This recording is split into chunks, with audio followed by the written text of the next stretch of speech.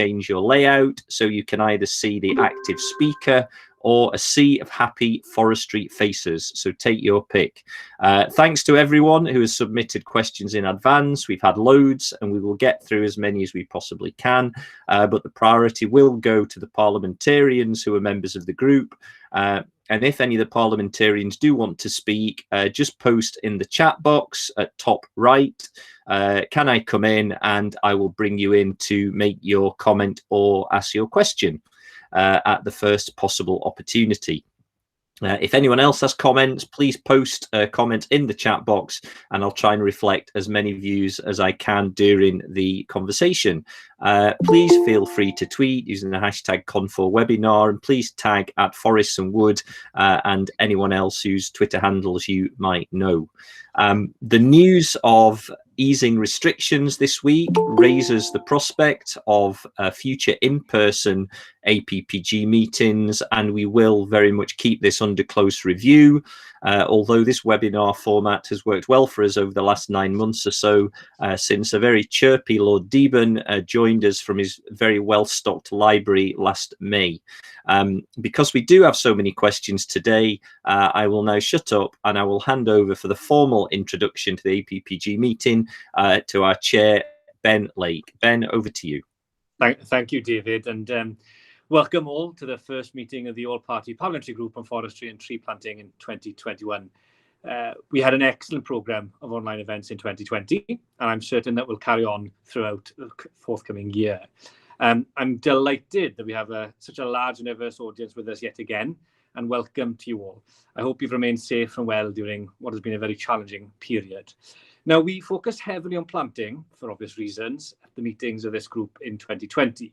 But today, we're looking at the need to use more wood. As Tom Barnes said very eloquently at the last APPG meeting, ambitious tree planting targets must be linked inextricably to more management of existing woods and greater use of homegrown timber.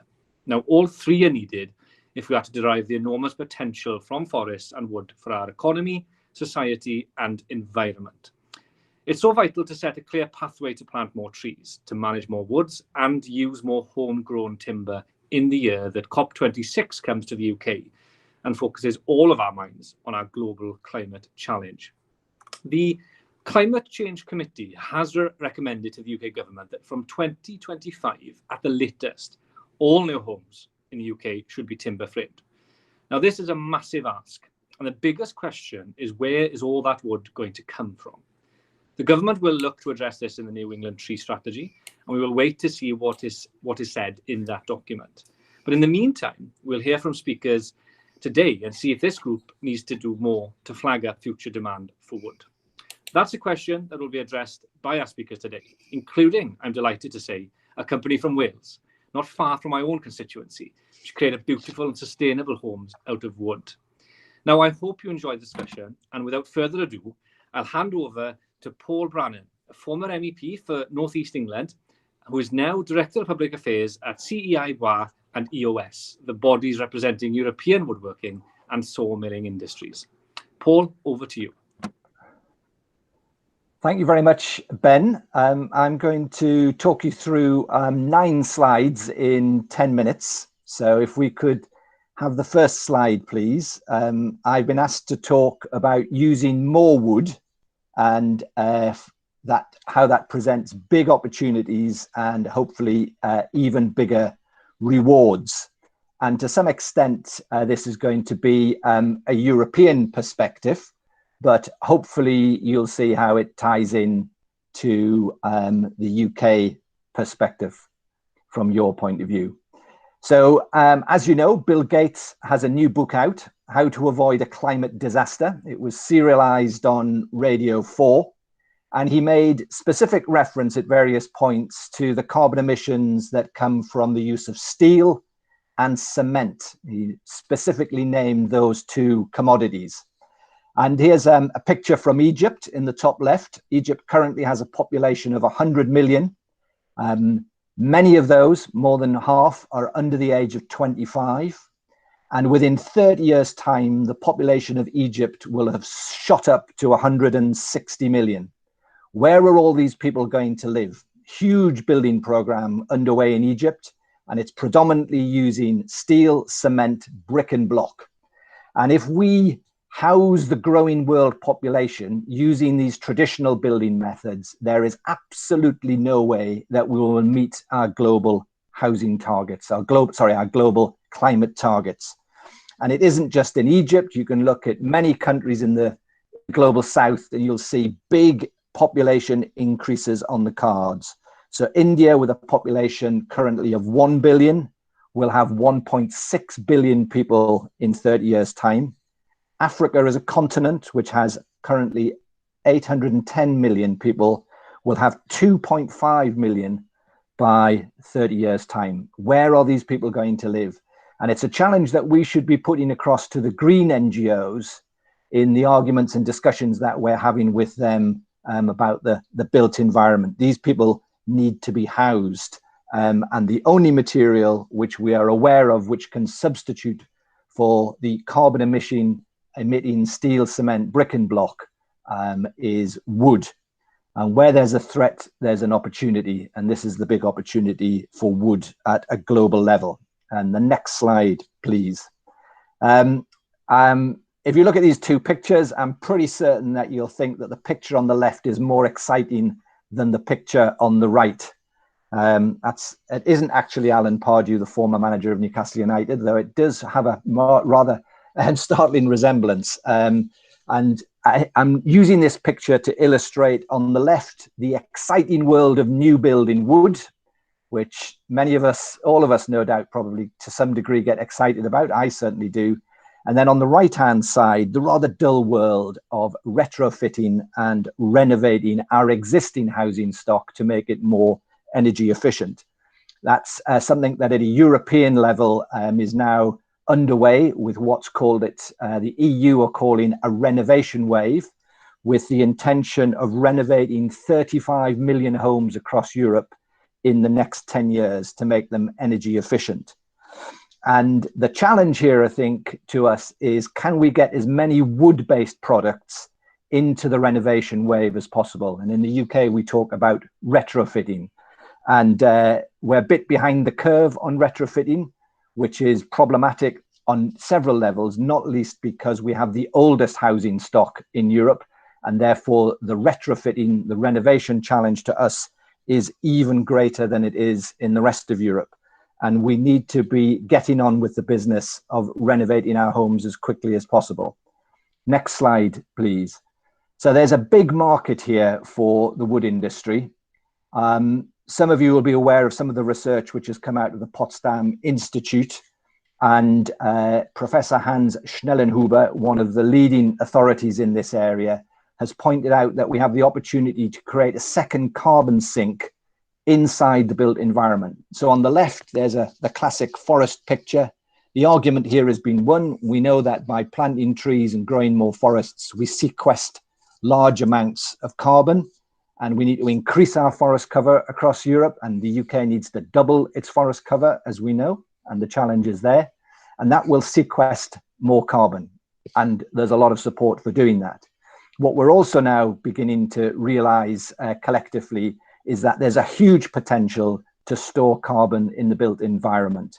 And while we have some idea and we have research that's been done on storing in new build, what we don't seem to have anywhere at a European level or at a country level is the potential which exists to store carbon through retrofitting and renovating existing buildings if we were to disproportionately use wood-based products.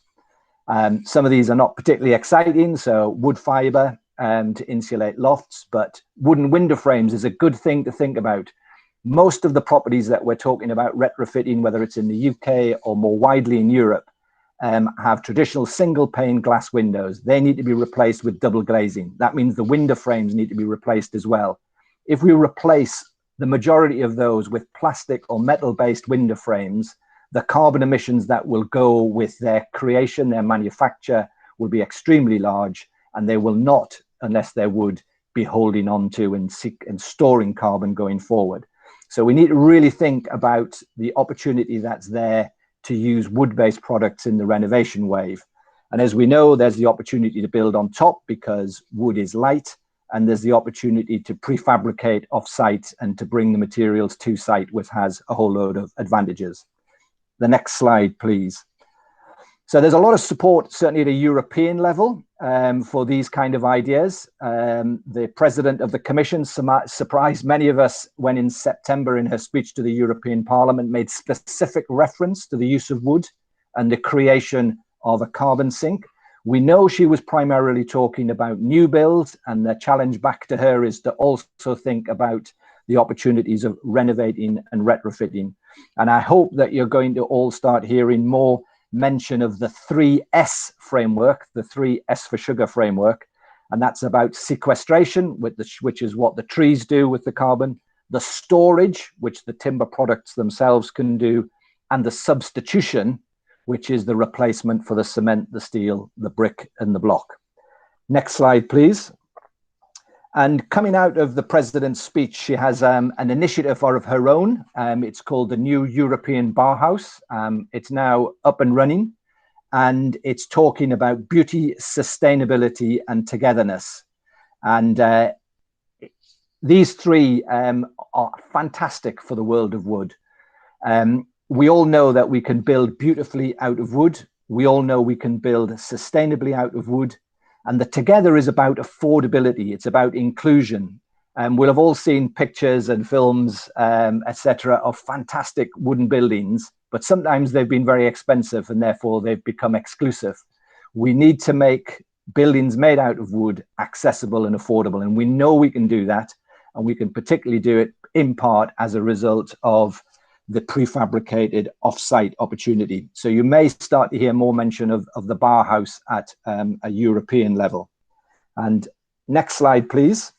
And the next slide is just to give you a little bit of a flavor of what's happening in Finland, which I think is probably one of the best examples at a government level in Europe of legislation that's on its way, which will benefit wood. I'm going to read this because I don't want to make a mistake and misinform you. So by 2023, which is the date of the next general election in Finland, the Finnish government have plans to have in place a law called the Reformed Land Use and Building Act, which will require new buildings to be constructed to a standard that sets limit values for the carbon footprint of the building. This will involve defining a national methodology for calculating a climate declaration for each new building, which will include the total carbon footprint of the building. This will also involve the creation of a generic database, which will provide the essential product data against which the climate declaration can be calculated. And they believe that this will reduce by between 20 and 30% the carbon footprint of new build buildings. You should note, however, that single family homes will be excluded from this carbon footprint system. It's for larger buildings and in particular public buildings. And the methodology will assess the full life cycle, including any CO2 stored. And the two important focuses of the legislation will be the energy demand of the building over its lifetime will have to be listed, and the footprint of the construction materials used will have to be listed. And there is a deliberate avoidance of the use of the word wood. So this is many people will be familiar with this material neutrality issue. So there will be a target that you will have to reach. How you do that as the architect, as the building firm, is up to you. No specific need to use wood. If you can meet the targets without using wood, then fine. But by using the wood, you will accelerate your chance of getting to the target. And already evidence is beginning to appear in Finland of architects designing accordingly for the future and buildings being built accordingly for the future. Next slide, just two to go now. And as you know, the COP has been moved back a year, and at a European level, which includes the UK, and we will be working with colleagues from around the world to ensure that we have a global wood presence at the COP. One of the things we're going to hopefully have is in the green zone is a wooden pavilion designed by a top architect from the UK, which will be used to showcase different types of engineered timber. And we hope that anyone who passes through the COP in that 2-week period will leave with a realization that wood indeed is part of the solution to the climate problem. And the last slide, please. So there are a lot of new opportunities to build both new in wood and to retrofit and renovate in wood. We've got off-site production as part of what we've got to offer. And it all substituting for those carbon intensive materials. And we think that if you add everything together, which is the CO2 which is already stored in the European building stock, the CO2 which can be stored in new build, and the CO2 which can be stored through renovation, then it's going to be a big win for the climate and a big win for the industry. Thank you very much. Thanks very much indeed, Paul. You did have me worried at one point there when you said I thought you were going to read it out in Finnish when you said you were going to read it very carefully. So I'm glad that you didn't do that. But thanks very much. That's a great overview to kick us off with. I will now hand swiftly on from that sort of European perspective to an expert academic one with Dan Ridley-Ellis, who is Associate Professor and Head of the Centre for Wood Science and Technology at Edinburgh Napier University. Dan, over to you. Thank you, David, and thank you to the committee and everyone who has joined us here today to talk about this very important topic. And thanks to Paul for setting the scene and bringing up some themes that I can build on. Now, I am an academic who's been working for almost 20 years looking at wood properties and uses, and that's involved measuring a lot of homegrown timber, and I will come to that in part in a moment. But the best thing about this has been interacting with lots of different people with different points of view on trees and timber and different ideas about their values. And values is going to be the theme of my 10 minutes here, because how we think and talk about wood and what we consider to be value has a very large impact on what we can and cannot do with it. The first thing I want to say is that carbon sequestration is an extremely important thing, but it's not the main reason that trees are grown for wood. The main reason is that we need the wood. Carbon sequestration is one of several additional benefits, but to think only of that rather misses the point. Now, the UK is not a heavily forested country, but we do produce each year some 10 to 12 million cubic meters of wood. And that is a lot. It's enough to supply a typical British person's wood needs for a whole year in just 2.5 seconds. But when we look at the data like that, it is very misleading because we miss the other big numbers. If we were to meet everyone's needs in the UK, we would have to do that in half a second, not 2.5 seconds. Another way to put this into perspective is to realize that the UK produces a larger volume of milk per year than it does of wood.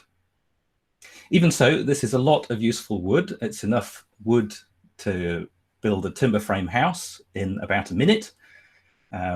We grow enough for a timber frame house in about a minute. We grow enough for a cross-laminated timber house in about 3 minutes. But if we want to meet our house building targets and do that with wood, we would need to grow a house in less than 2 minutes, except that wood for new buildings is just one of a long list of things that we need wood for. Now, we tend to call it a high value use of wood, but that does not mean that these other uses are not valuable in other ways, including, I must say, profitability for the forest and timber industries. So when we say things like high value and low value and high quality and low quality, what we really mean is suitable for a certain use or not suitable. We have to be careful about the perceptions that we create with those words. Now, cross-laminated timber, CLT, can create inspiring, beautiful structures that capture the imagination. It allows timber to be used for types of buildings that it could not be used for previously. But for every high-profile tall timber buildings, there are thousands of smaller, more mundane, but equally important uses of wood. There are all the low-rise houses built with wood, whether they're timber frame or brick and block. There's all the wood that we need to repair and improve the buildings that we already have, as Paul already mentioned. And there is the wood that we need for the fencing and for energy and for the pallets that move the 98% of all of the other goods around the world. Those are also, in their own ways, exciting and crucial to our quality of life and part of our route to a more sustainable way of living. So while my work is mostly around construction, I do want to stress that there is value in all of these other things too that we could not do without. And when we talk about doing more with building with timber, we do have to bear in mind that we still will need those other things and more besides, with potential for wood fiber to provide the basis for plastic replacements, for example. So currently about 20% of our consumption of wood is met by homegrown. And when we talk about being more self-sufficient, I know we don't really mean that in the literal sense of total self-sufficiency, but I have heard some people talking as though that was the case. So let's pause for a moment to try and paint a picture of the scale of the situation. So even if we meet our ambitious planting targets and put all of our new planting into productive conifers, we still would not be sufficient in softwood for 200 years. And that's with things as they are now, not accounting for more wood in construction and all the other things. So if we are successful in using more wood instead of less sustainable materials, the challenge is going to be maintaining our current levels. We can do a lot with productivity improvements and waste reduction and reuse and recycling, but we already did a surprising amount with those. So we are still going to need a lot more from our forests, which even at the European level are already pretty close to what is considered a sustainable capacity. Now, the good news is that increasing wood for house building by doing more with timber frame does not actually increase our needs all that much, because there is a lot of wood in all types of house construction already. And timber frame also makes use of panels and other engineered wood products that can be manufactured from smaller and more varied logs, as well as from recycled timber.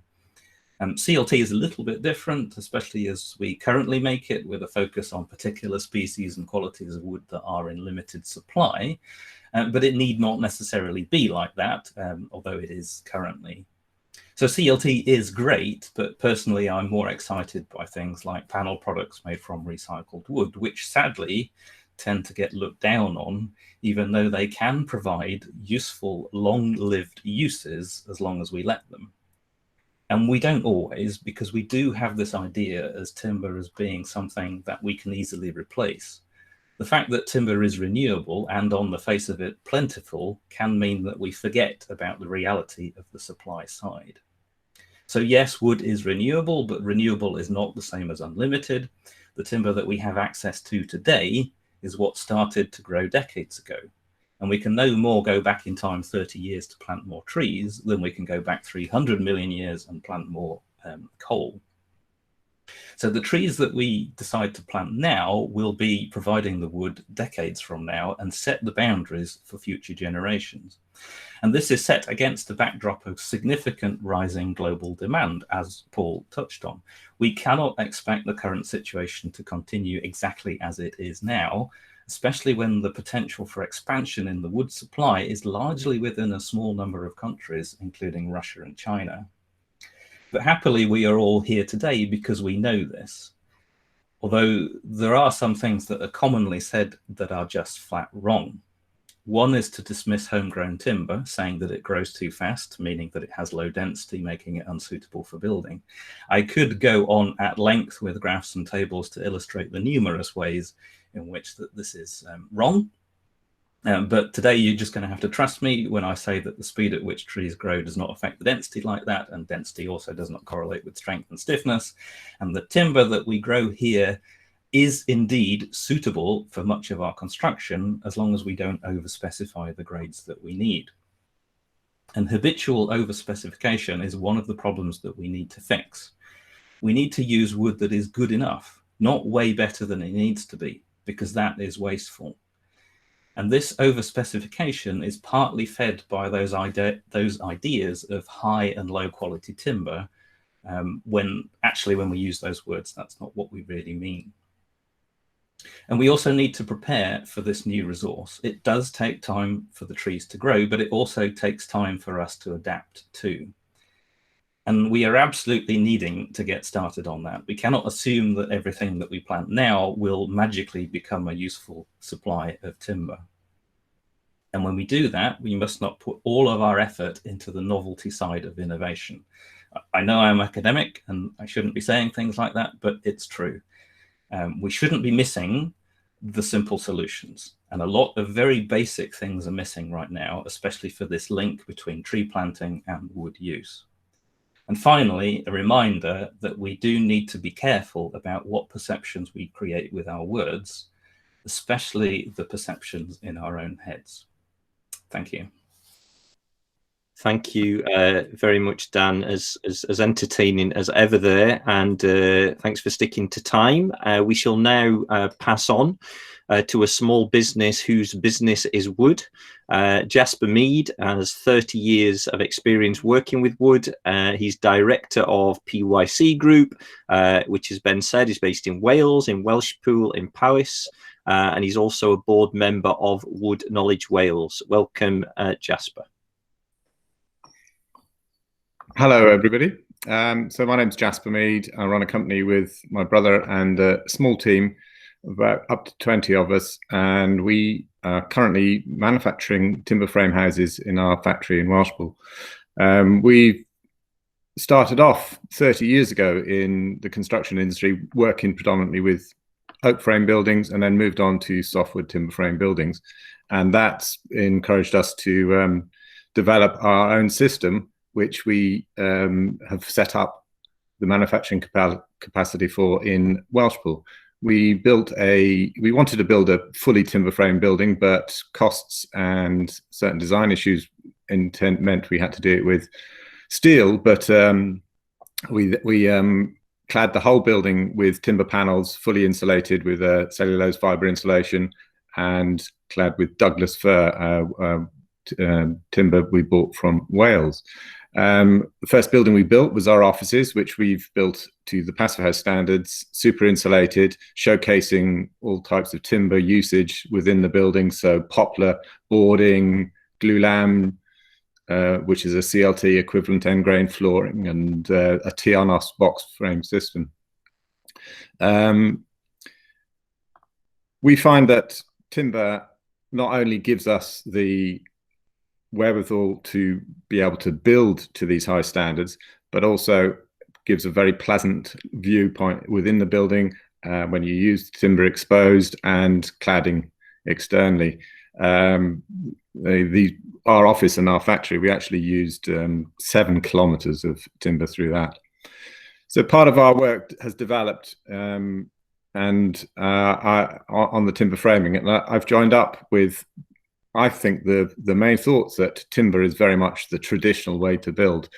Although it's developed from twin frame systems, single stud systems, we've chosen an I-beam system with fully filled with a cellulose fibre insulation, which then brings on forwards to the high performance houses we actually build with. From working with some small self-builders, we now actually are working for councils and housing associations on much larger projects. And this development, especially through Wales and the work that Wood Knowledge Wales has carried out, Welsh Government's incentives through the IHP, the Innovative Housing Programme, has really brought forward timber framing to Wales, and high performance buildings at that. We are currently buying a lot of timber from Europe. We find that it's actually very easy to buy our timber. We can get very good credit terms. So that there is difficulties in procuring Welsh timber. One has to think about it. One has to plan ahead.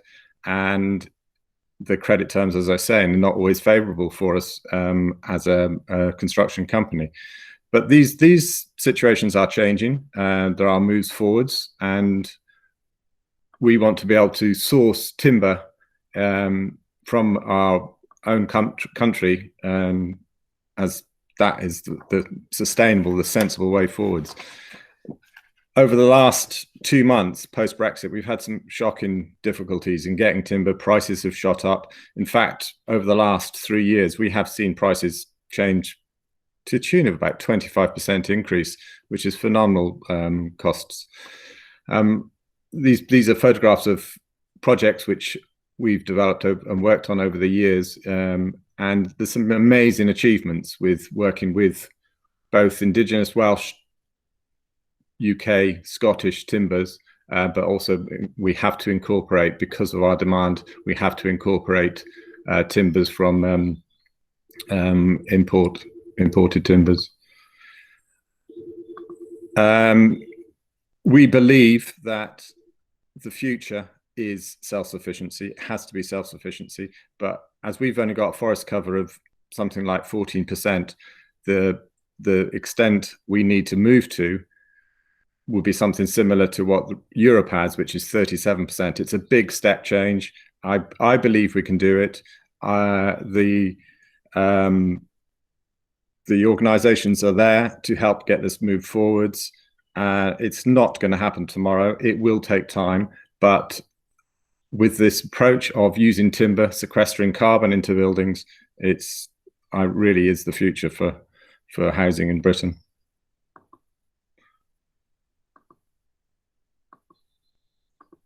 I think that says pretty much what I wanted to say, David. Okay, that's brilliant. Thanks, Jasper. A real great rattle through there, and we'll opportunity to ask Jasper some questions about what he's doing later on.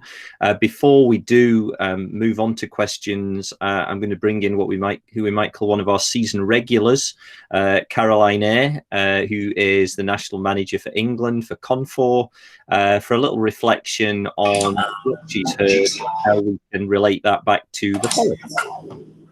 Thanks, David, and thank you to all our speakers today. Fascinating.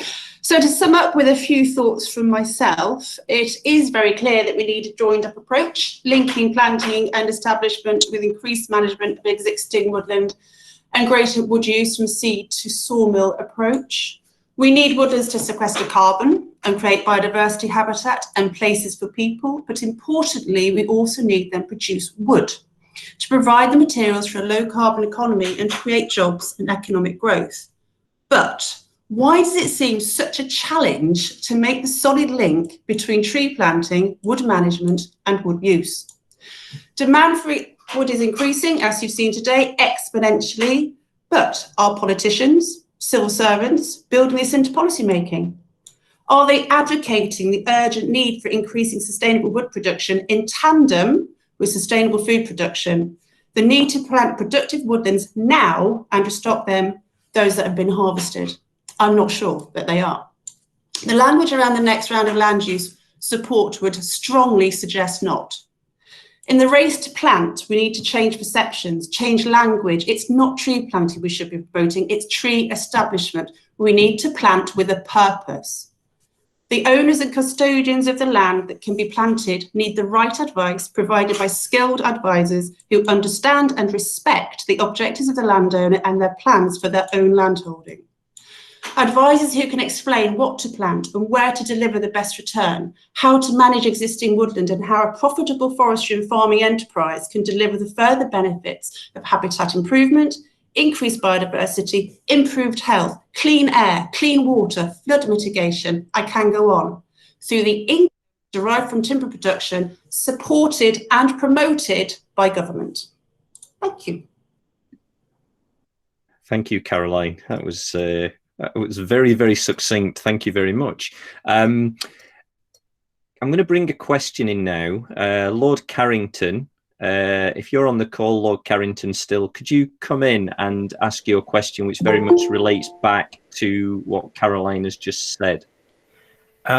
Yes, indeed. I must say it was a very interesting presentation and music to my ears.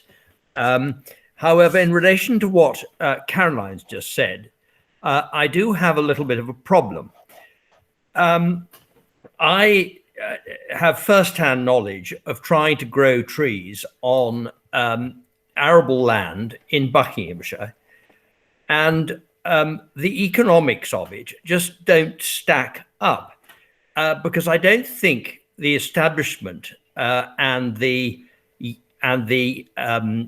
yield from the investment in trees makes it attractive enough for people in particularly lowland areas of England to plant trees. Now, the reason for that is this. We have, to my mind, quite attractive grants for planting trees. I can cover 50% of the cost of planting those trees, which I think is excellent. And it's quite right that I should dig into my pocket for at least the other 50%.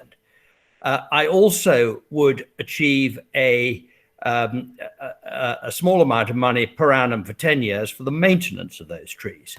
Now, that is absolutely fine, but I and all my associated farmers know that we're not going to see trees reaching maturity till at least 60, 70, 80 years on, which doesn't do us any good. It may do our children if they're around good, but not us.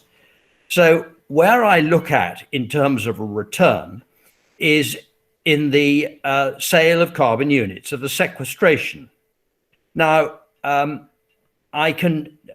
it needs, I think, every 5 years, if I've got it right, there is an inspection, and the inspector comes and he sees whether you have managed to produce the necessary carbon that you promised to produce.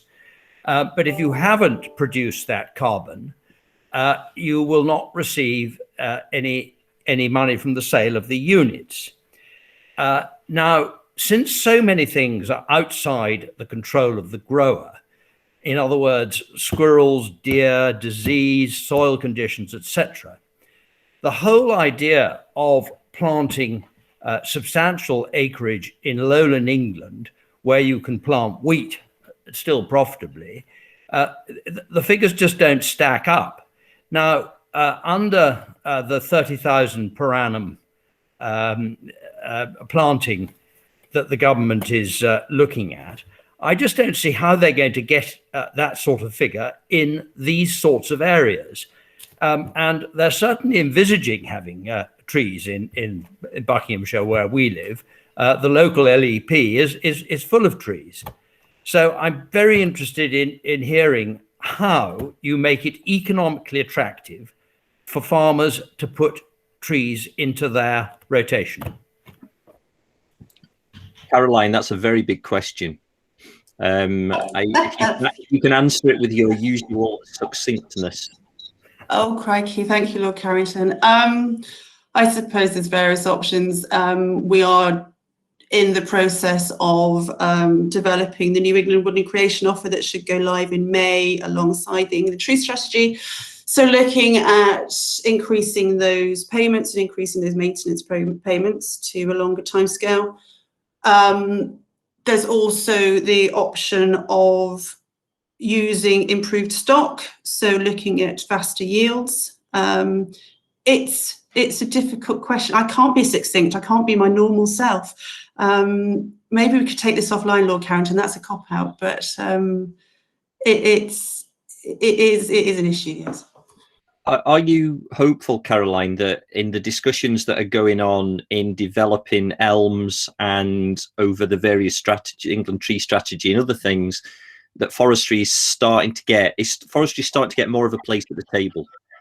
It is, but as I said in my short summation, I would dearly love to see sustainable fibre production, wood production seen in tandem with food production. So wherever you hear agricultural production, you hear fibre production, and the support from government to do that, and the advocacy from government to produce fibre that can then deliver all the other benefits.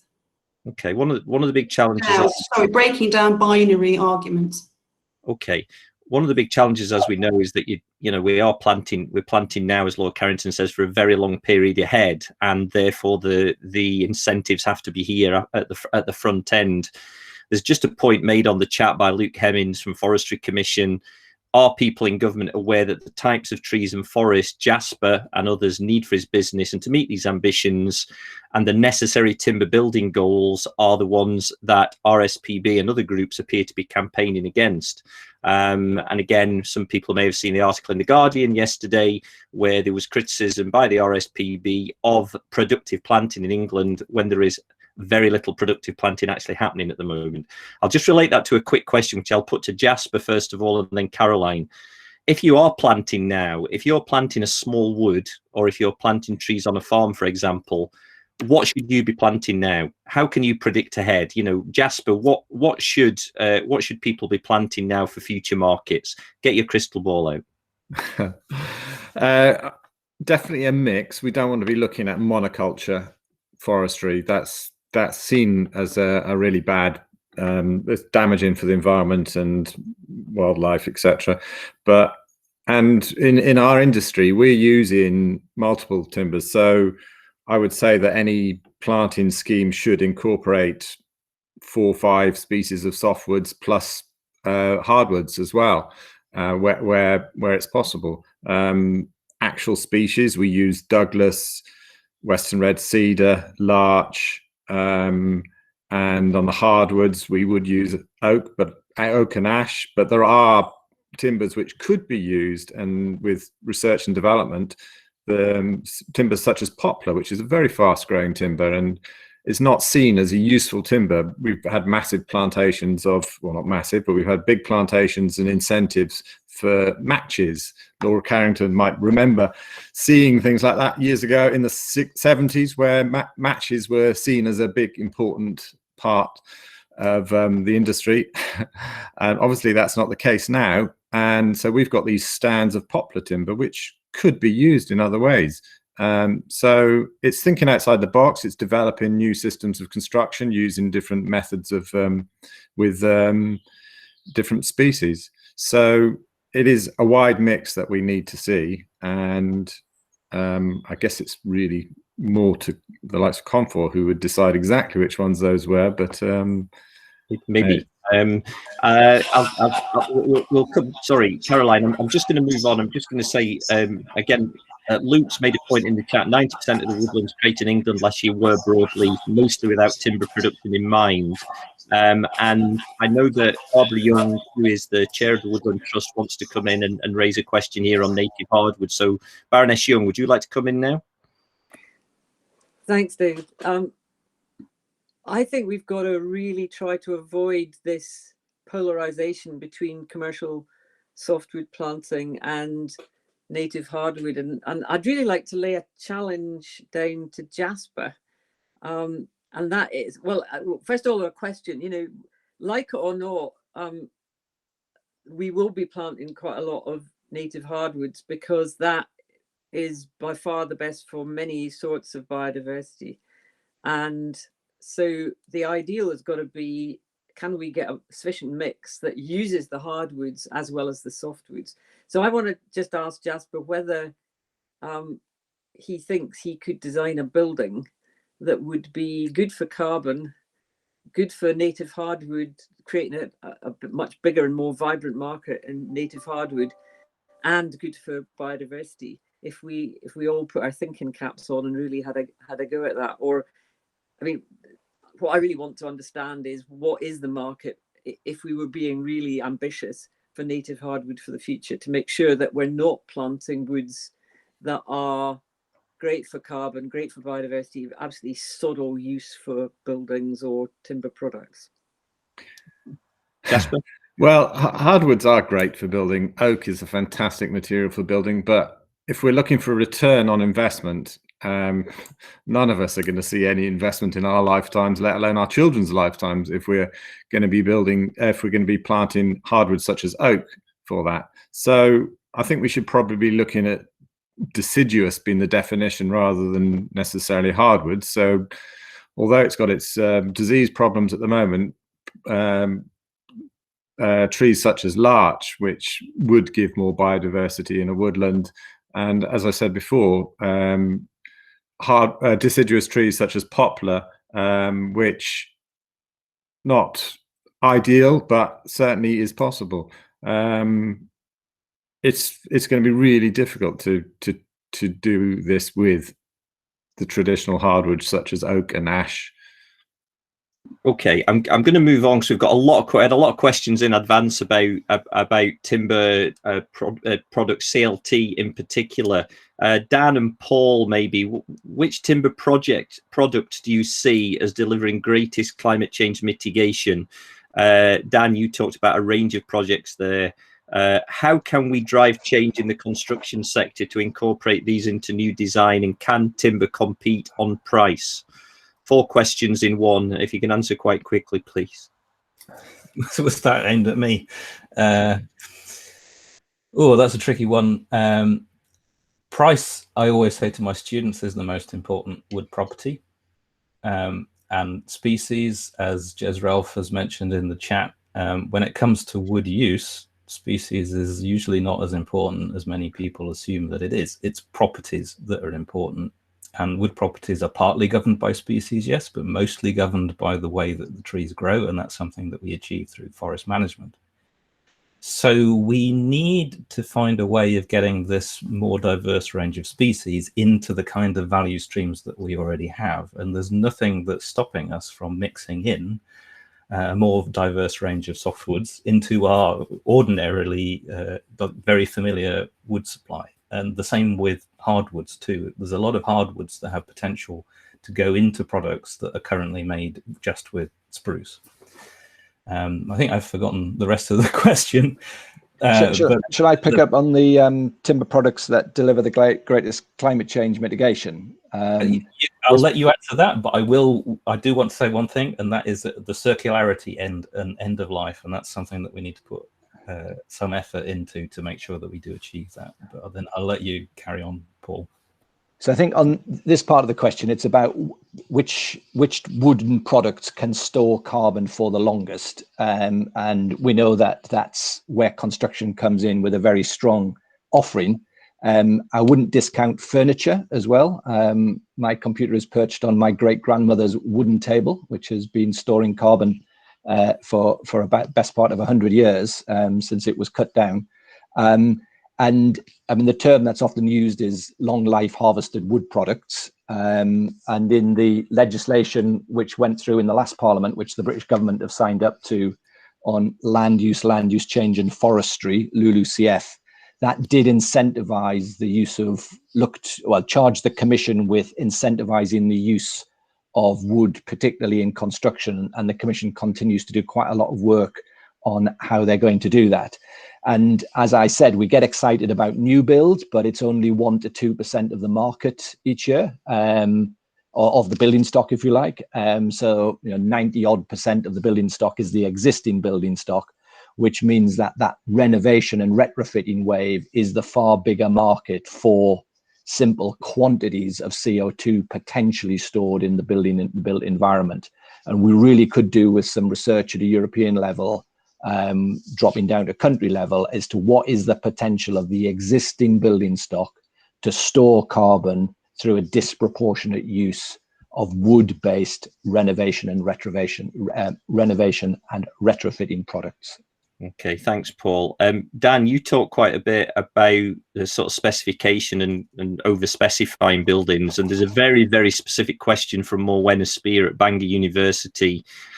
She was working on the Timbering Construction report for the Climate Change Committee, and she's highlighted a potential danger, as she calls it, in quantifying timber used, C24, and you can maybe explain a bit about what these mean for people who don't know, Dan. Primarily imported timber versus timber available from UK forests, which is more like talking around 16. Are we in danger of being forced to continue to import more if we over-specify, or do we need to change those specifications, Dan? I know you've partly answered this already. Which strategy gives the greatest benefit to the forest sector, the manufacturing sector, and carbon reduction? Yes, so a quick introduction to timber grades. C16 and C24, they're the two commonly specified timber grades that we use in the UK. And people tend to think of C24 as being high quality and C16 as being low quality, but in reality, they're both at the low end of the scale. They are actually, the grades come after the timber. So C16 is really a grade or a set of properties that are fitted to the kind of timber that we grow in the UK. And C24 is a grade set of properties that were fitted to the kind of timber that we have historically imported. So when people specify C24, usually that does mean that need has to be met by imported timber. But it's been 20 years since BRE showed that you can build perfectly fine 6-story buildings with C16 homegrown timber. For many of the things that we use timber for, this C16 grade is perfectly adequate. It's just that people habitually specify the C24 grade because that's what they're familiar with. It's partly an education problem. So yes, that is a major barrier to using homegrown timber. There's work to do to get the higher grades out of the spruce and the other species, but it is a mistake, I think, to chase higher grades and then use them in applications that do not need higher grades. It's more about getting better use of what we do produce and what we do have. Okay. Paul, just back to you, just on cross-laminated timber. Would government intervention to increase UK timbering construction best be shaped as subsidy, for example, for domestic cross-laminated timber supply chains, or should it be through taxes on those carbon-intensive materials that you talked a lot about, cement, steel, brick and block? How do you get that balance of policy intervention? Well, despite being a Labour MEP, I would be wary of the subsidy route. I think we have a lot of experience, certainly at a European level, of subsidies having unintended consequences that tend to distort the workings of the market. It feels a bit too crude to me. I think the approach from the Finnish government, it has a lot to commend it, and that's built around openness and transparency, so that when a new building is commissioned, the people who've commissioned it know exactly what its carbon footprint is going to be. I mean, the nearest we're getting to that in the UK is when you go to buy a house in England and Wales, you would get an energy performance certificate that would come with the material for the house, so you can see what its energy use is going to be like going forward. So that gives you some kind of idea. And I think the Finnish model is opening up the opportunity for something similar about the building as a whole. And I think it's about incentivizing, it's about getting people to think about what is really the carbon footprint of the building. So just a little example is, we know that wood is lighter than cement and steel. So the deliveries to site on a wood-based construction can be 9 to 10 times fewer lorries coming onto the site than you would if you were using steel, cement, brick and block, the heavier materials. So that does many things, but one of the key things it does is it reduces air pollution as a result of the fact that it won't have those tiny particles of heavy goods vehicle rubber in the air.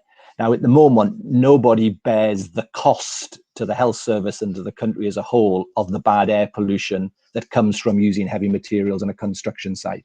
So until we get to a point where we can factor in the full environmental cost of a building, so that we're making full and transparent comparisons between the materials used, then people aren't in a position to make that judgment as to where they would rather spend their money. So I would prefer to go with a kind of customer-led, informed by concern around climate change. And I think that the Finnish model is opening that up. And then over time, we'll without doubt see that those levels that they've got will start to get tightened over time.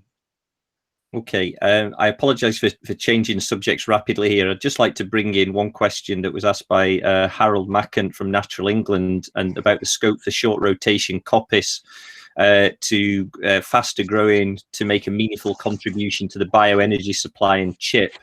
And what benefits do you see? Caroline, can I bring you in there about short rotation coppice and the role it might play? Right, so short rotation coppice. I suppose the question is, why hasn't it taken off? Infrastructure and markets, I would say. We've had a history of growing short rotation coppice with projects that have not been that successful. It's always been in the mix, but we still import quite a lot of that material into the UK. it comes down to the lack of infrastructure and the lack of markets and the cost of getting that to market. Okay, thank you. Listen, these meetings go so fast. I know we try and be over ambitious in these meetings and cover an awful lot. I'm just going to read a few comments out before we move to Ben to wrap up. Stuart Goodall, CEO of Comfor, said he's delighted to pick up Baroness Young's challenge. It's true that we may not realise the benefits of hardwood planting for building homes, but it's a legacy for future generations. So Stuart's holding out his branch from the olive tree there. And Liz Barron-Majurick, who is Director of Lantra in Scotland, saying, if we're to better plan for the future, it may be key for colleges and universities teaching and training the next generation of foresters and wood users, in inverted commas, to overlap their courses. She's saying this is often the norm abroad, but at the moment in the UK, very often there is a separation between the two.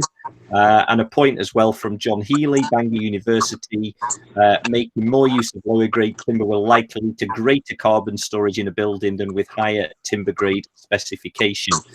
And there's some helpful comments and resources being popped in to the chat there. I would advise you to have a look.